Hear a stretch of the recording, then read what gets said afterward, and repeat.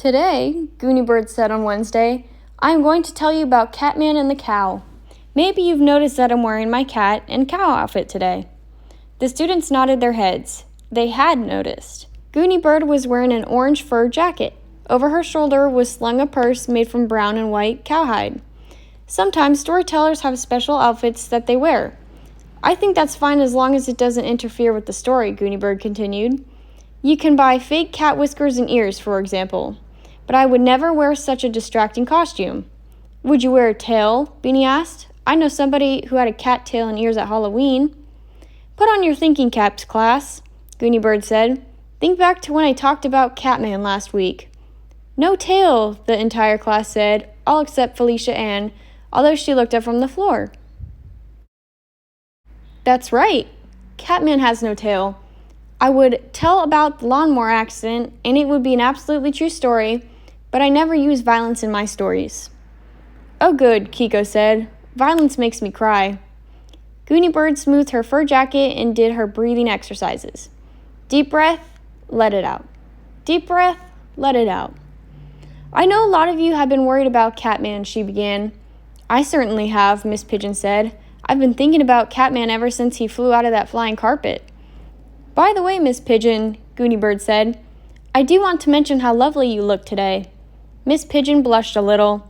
She was still wearing her high-heeled shoes with the buckles, and today she was also wearing a rhinestone butterfly perched in her hair. In fact, the whole class looks quite lovely, Gooney Bird pointed out. She looked around. Malcolm, would you stand up? Malcolm rose from his seat and held his shoulders back. He was still wearing his polka dot bow tie, and today he added a plaid belt. Kiko, Gooney Bird said. Kiko giggled and stood. She had a bright green bow in her hair and a long, shiny silk scarf wrapped around her neck. Me? Called Chelsea. Can I stand up?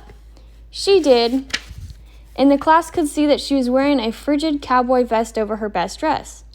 Me. Everyone, all but Felicia Ann, was calling out now, but Gooney Bird said, later, after the story. I'm ready to begin now. She took one more deep breath, let it out, and began. Beloved Catman is consumed by a cow. Once upon a time, not long ago, after they had left China, Gooney Bird and Catman found themselves flying through the air on a carpet. The carpet landed in a meadow near a large brown and white cow who was contentedly eating wildflowers. The flowers were purple leucostrife. The carpet unrolled and Gooney Bird stood up and looked around. She could see, in the distance, her father's car quickly disappearing down the road. Beside her, Catman also stood up. He had become very furry and fat, the way cats do when they are frightened. My cat becomes very enlarged when my brother brings his dog to visit, Miss Pigeon said. Then she put her hand to her mouth. Oh, I'm sorry, Gooney Bird. I interrupted. That's all right, Gooney Bird replied. Maybe this is a good time for everyone to tell cat getting big suddenly stories. Many children did. Barry Tuckerman's grandmother's cat became huge and his tail stood straight out in the air when a groundhog appeared in the yard. Chelsea's cat became enormously fluffy and hissed and spat when the veterinarian gave her a shot. Trisha told about her cat got very, very fat and then one day had 7 kittens inside the laundry basket. Good, so you all understand about cats. Now I'll continue, Gooney Bird announced. The cow, who had some purple blossoms dangling from her mouth, looked very surprised when a person, a cat, and a carpet all landed in her meadow. She thought about what to do and decided that moving to a different corner of the meadow would be the best choice. Carefully, moving slowly in a cow-like fashion, she strolled away toward a corner where yellow cosmos and oxeye daisies were in bloom. Gooney Bird's attention was on the car, which had now disappeared around the bend in the road. She was a little worried about the disappearance of the car. But Catman didn't care about the car. Catman had never liked the car at all. In fact, Catman had hated the car, and he was glad that it had disappeared. But he was very interested in the cow. Catman had never seen a cow before. Now he watched with fascination as the cow moved slowly toward the other corner of the meadow. He liked the way the cow walked, heavily and with determination. He liked the way the cow smelled, of thick, sun-warmed cowhide and meadow flowers.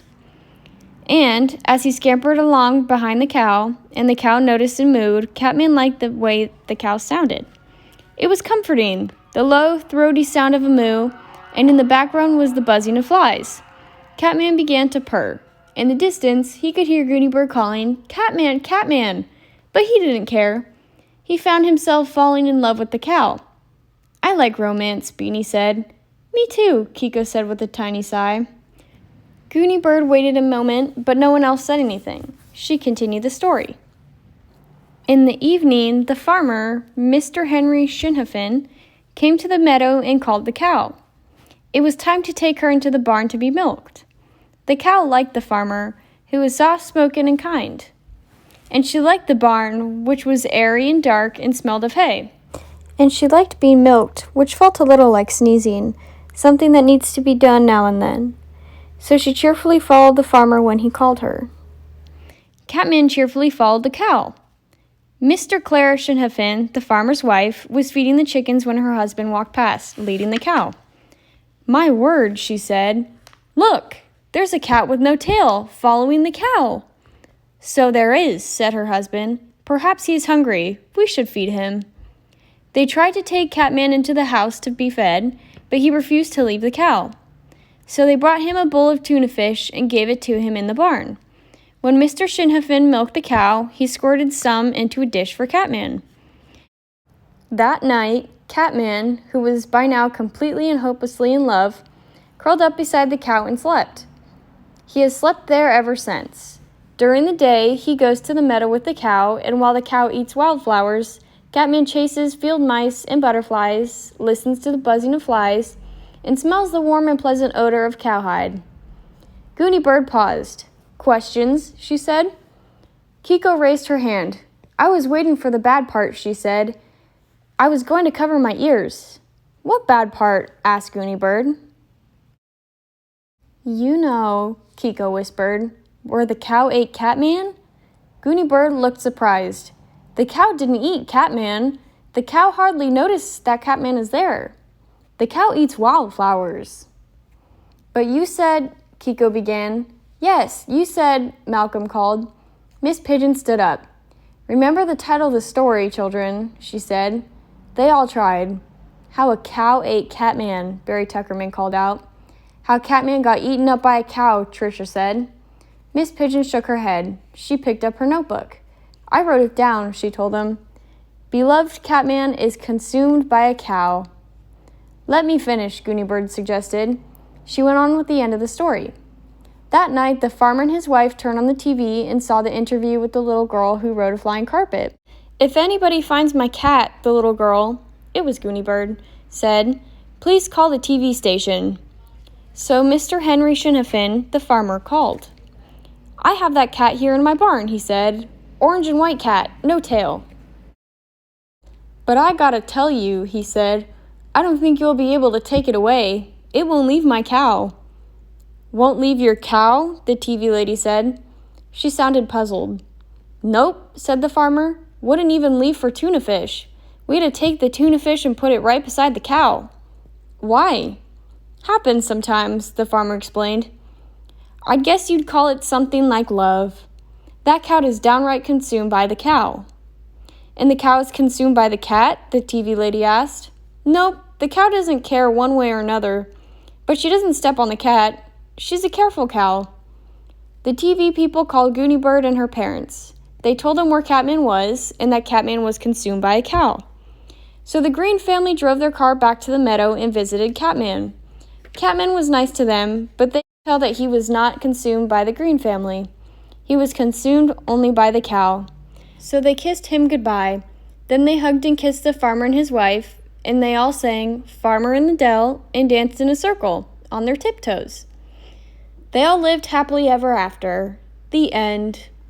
"I love happy endings," Kiko said with a sigh. "Me too," Miss Pigeon said. "Thank you, Gooney Bird. Let's get out our arithmetic books now, class." Everyone in the class groaned. "I know," Miss Pigeon said, laughing. "It's much more fun to listen to Gooney Bird stories. But we can look forward to tomorrow." She'll have another one tomorrow. Gooney Bird had gone back to her desk and had taken out her arithmetic book. She looked up in surprise. No, actually I won't, she said. That was my last story. The second graders, almost every one of them, called, "No!" in very loud, sad voices. It sounded like a huge chorus singing a song called "No!" Miss Pigeon looked horrified. "But Gooney Bird," she said, "we still have a lot of unanswered questions." "Like what?" asked Gooney Bird. "Well, let me think," Miss Pigeon frowned. "The false teeth," Nicholas called. "Yes," Miss Pigeon said. "Why did your father have to pack 43 sets of false teeth? That's a story you haven't told yet." Gooney Bird looked surprised. "That's not a story," she said. "That simply requires a dictionary. You have one right there on your desk, Miss Pigeon." Miss Pigeon reached for her dictionary. "Look up this word," Gooney Bird said. She pronounced the word very carefully. "Prosthodontist." "My goodness," Miss Pigeon read the definition. "It's a special kind of dentist. He makes false teeth." "Exactly," Gooney Bird said. "That's what my father is. No story there." "But we want more stories, Gooney Bird," Barry Tuckerman said in a loud voice. As usual, he was standing up with one knee on his desk chair. Gooney Bird sighed impatiently. "I need to do my arithmetic," she said. "I'm not very good at subtraction yet. But all right, sit down, Barry. Close the dictionary, Miss Pigeon. I will tell you how to get stories."